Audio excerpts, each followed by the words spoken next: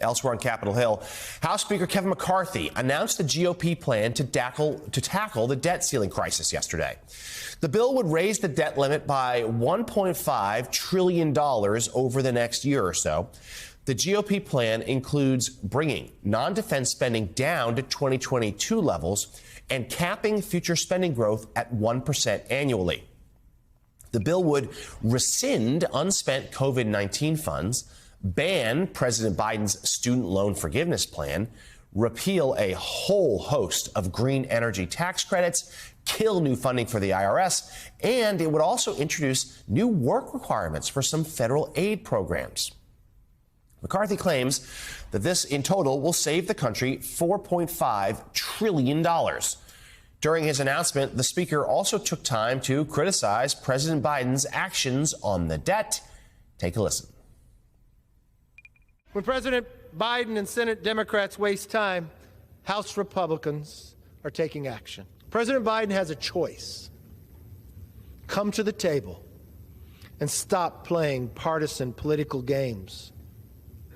Or cover his ears, refuse to negotiate, and risk bumbling his way into the first default in our nation's history. Joining us now, congressional reporter for The Hill, Michael Schnell. Michael, great to see you again this morning. So we all know that McCarthy's margin for error in his own conference, very, very slim. Tell us the initial reaction from the disparate parts of the House GOP to the debt ceiling bill. Do we think there's going to be enough votes here to pass it?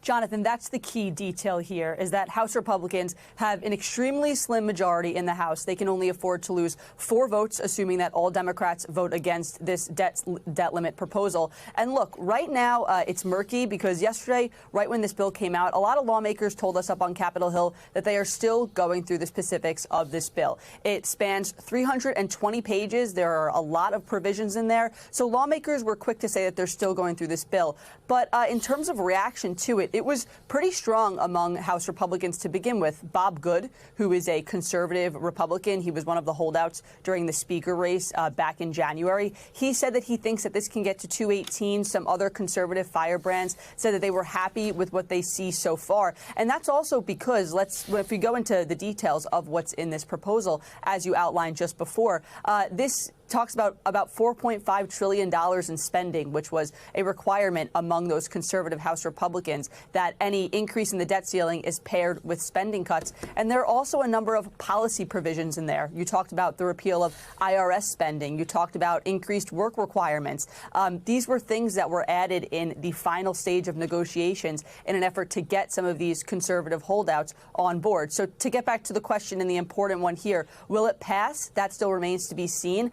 Just because we still need lawmakers to come out and say how they're feeling. There are some, though, that aren't liking what they're seeing. Congresswoman Nancy Mace told reporters yesterday that she's leaning no right now, but she still has to go over the details. I think we'll get to see a better picture of if this can reach 218 votes later today.